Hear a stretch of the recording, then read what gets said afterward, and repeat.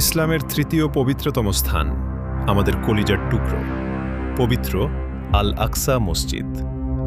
গত কয়েকদিন ধরে এই পবিত্র প্রাঙ্গণে যা ঘটছে তাকে কেবল উস্কানি বললে ভুল হবে।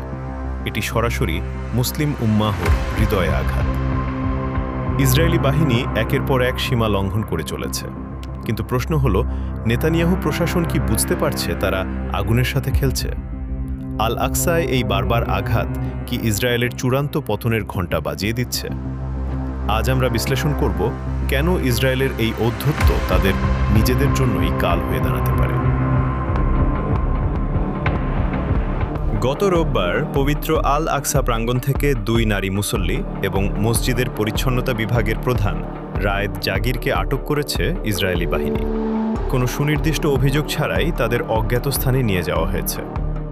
ভাবুন একবার, নিজের ইবাদতগাহে নামাজ পড়তে এসেও আজ মুসলিমরা নিরাপদ নয়। ইসরায়েলি চরম ডানপন্থী মন্ত্রী ইতামার বেন গভীরের নির্দেশে এই অভিযান চালানো হচ্ছে। তারা চাইছে আল আকসাকে মুসলমানদের হাত থেকে কেড়ে নিয়ে সেখানে তাদের কথিত তৃতীয় মন্দির নির্মাণ করতে। ঘটনার এখানেই শেষ নয়। সোমবার আবারও ইসরায়েলি পুলিশের কড়া পাহারায় 200-র বেশি উগ্রপন্থী ইহুদি দখলদার আল আকসায় প্রবেশ করে। একজন র‍্যাবায়ের নেতৃত্বে তারা ডোম অব দ্য রকের সিঁড়িতে দাঁড়িয়ে তালমুদীয় প্রার্থনা সম্পন্ন করে। এটি কেবল একটি ধর্মীয় আচার নয়, এটি একটি সুপরিকল্পিত রাজনৈতিক চাল। ফিলিস্তিনিদের অভিযোগ, ইসরায়েল পদ্ধতিগতভাবে পূর্ব জেরুজালেম থেকে ইসলামী পরিচয় মুছে ফেলে একে ইহুদিকরণ করতে চায়।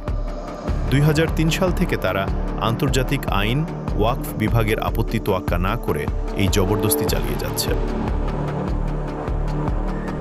ইসরায়েলের এই দুঃসাহসের পর চুপ করে বসে নেই ইসলামী প্রতিরোধ আন্দোলন হামাস। তারা স্পষ্ট জানিয়ে দিয়েছে, আল আকসা এককভাবে মুসলমানদের সম্পত্তি এবং ইসরায়েলের এই ইহুদিকরণ প্রকল্প সফল হতে দেওয়া হবে না।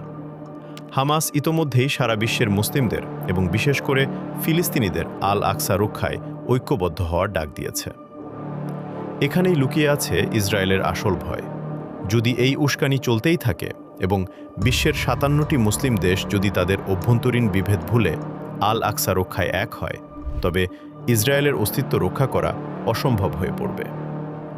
মধ্যপ্রাচ্য থেকে শুরু করে দূরপ্রাচ্য, সবখানকার মুসলিমদের ধৈর্যের বাঁধ এখন ছিঁড়ে যাওয়ার উপক্রম। ইসরায়েল কি বুঝতে পারছে তারা কেবল ফিলিস্তিনিদের নয়, বরং 200 কোটি মুসলমানের সাথে যুদ্ধে লিপ্ত হচ্ছে?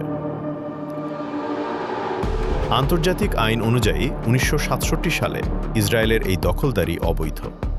পূর্ব জেরুজালেম ফিলিস্তিনিদের ভবিষ্যৎ রাজধানী, কিন্তু নেতানিয়াহু সরকার আজ অন্ধ হয়ে গেছে। আল আকসায় বারবার আঘাত করে তারা আসলে নিজেদের বিপদ নিজেরা ডেকে আনছে। ইতিহাস সাক্ষী, পবিত্র স্থান রক্ষায় যখন কোনো জাতি জেগে ওঠে, তখন বড় বড় সাম্রাজ্য ধুলোয় মিশে যায়। ইসরায়েলের এই ঔদ্ধত্য কি তাদের শেষ পরিণতির দিকে নিয়ে যাচ্ছে?